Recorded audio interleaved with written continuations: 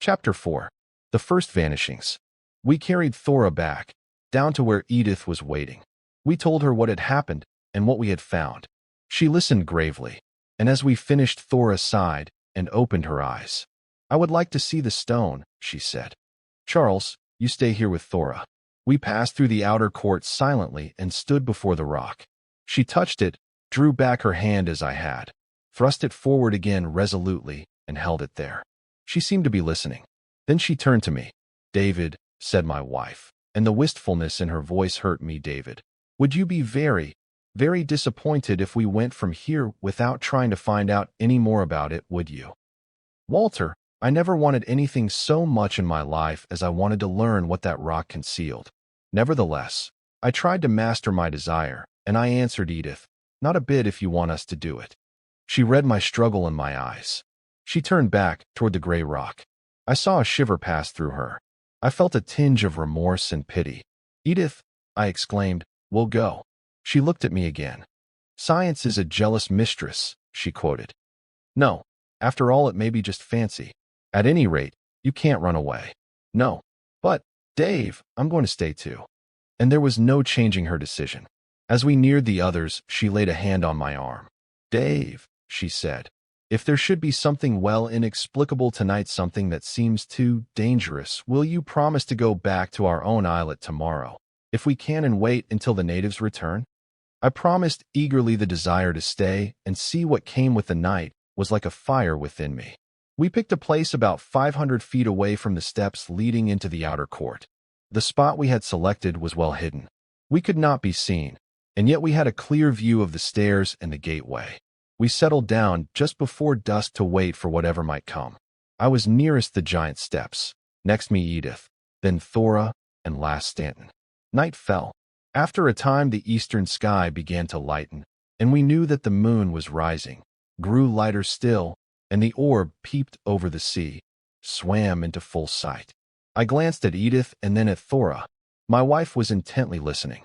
Thora sat, as she had since we had placed ourselves, elbows on knees, her hands covering her face. And then from the moonlight flooding us there dripped down on me a great drowsiness. Sleep seemed to seep from the rays and fall upon my eyes, closing them inexorably. Edith's hand in mine relaxed. Stanton's head fell upon his breast, and his body swayed drunkenly. I tried to rise to fight against the profound desire for slumber that pressed on me. And as I fought, Thora raised her head as though listening, and turned toward the gateway. There was infinite despair in her face and expectancy. I tried again to rise, and a surge of sleep rushed over me. Dimly, as I sank within it, I heard a crystalline chiming, raised my lids once more with a supreme effort. Thora, bathed in light, was standing at the top of the stairs. Sleep took me for its very own, swept me into the heart of oblivion. Dawn was breaking when I wakened. Recollection rushed back. I thrust a panic-stricken hand out toward Edith, touched her, and my heart gave a great leap of thankfulness. She stirred, sat up, rubbing dazed eyes. Stanton lay on his side, back toward us, head in arms. Edith looked at me laughingly. "Heavens! What sleep?" she said. Memory came to her. "What happened?" she whispered. "What made us sleep like that?" Stanton awoke. "What's the matter?" he exclaimed. "You look as though you've been seeing ghosts." Edith caught my hands. "Where's Thora?" she cried. Before I could answer, she had run out into the open, calling. "Thora was taken," was all I could say to Stanton. Together we went to my wife, now standing beside the great stone steps, looking up fearfully at the gateway into the terraces. There I told them what I had seen before sleep had drowned me. And together then we ran up the stairs, through the court, and to the gray rock. The slab was closed as it had been the day before, nor was there trace of its having opened. No trace. Even as I thought this, Edith dropped to her knees before it and reached toward something lying at its foot. It was a little piece of gay silk. I knew it for part of the kerchief Thora wore about her hair. She lifted the fragment. It had been cut from the kerchief as though by a razor edge. A few threads ran from it down toward the base of the slab, ran on to the base of the gray rock and under it. The gray rock was a door, and it had opened, and Thora had passed through it. I think that for the next few minutes we all were a little insane. We beat upon that portal with our hands, with stones and sticks. At last reason came back to us. Goodwin, during the next 2 hours we tried every way in our power to force entrance through the slab. The rock resisted our drills. We tried explosions at the base with charges covered by rock. They made not the slightest impression on the surface, expending their force, of course, upon the slighter resistance of their coverings. Afternoon found us hopeless. Night was coming on, and we would have to decide our course of action.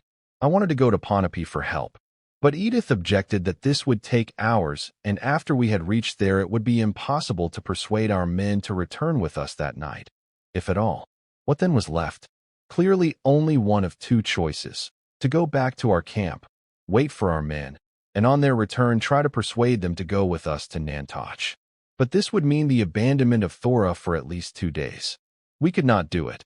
It would have been too cowardly. The other choice was to wait where we were for night to come, to wait for the rock to open as it had the night before, and to make a sortie through it for Thora before it could close again. Our path lay clear before us. We had to spend that night on Nantoch. We had, of course, discussed the sleep phenomena very fully.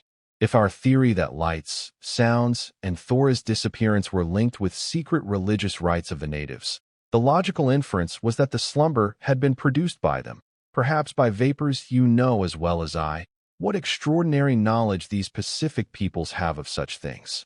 Or the sleep might have been simply a coincidence and produced by emanations either gaseous or from plants, natural causes which had happened to coincide in their effects with the other manifestations. We made some rough and ready but effective respirators. As dusk fell we looked over our weapons. Edith was an excellent shot with both rifle and pistol. We had decided that my wife was to remain in the hiding place. Stanton would take up a station on the far side of the stairway, and I would place myself opposite him on the side near Edith. The place I picked out was less than 200 feet from her, and I could reassure myself now and then as to her safety as it looked down upon the hollow wherein she crouched. From our respective stations Stanton and I could command the gateway entrance. His position gave him also a glimpse of the outer courtyard.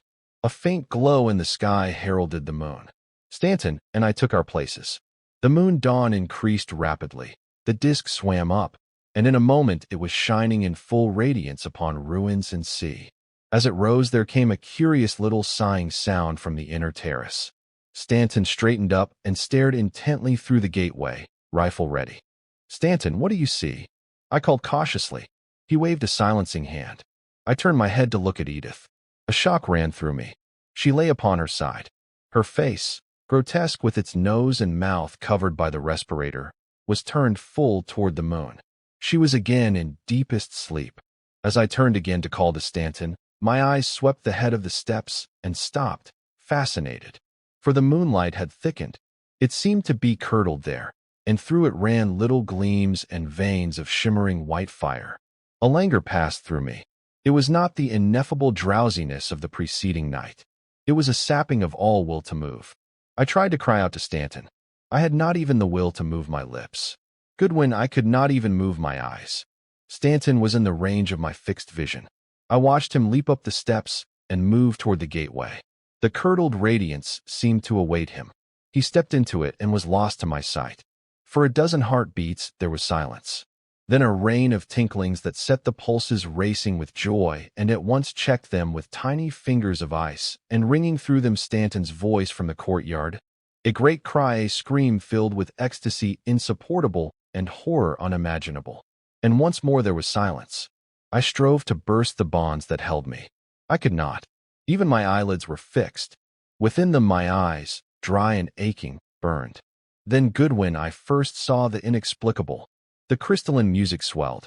Where I sat I could take in the gateway and its basalt portals, rough and broken, rising to the top of the wall 40 feet above, shattered, ruined portals unclimbable.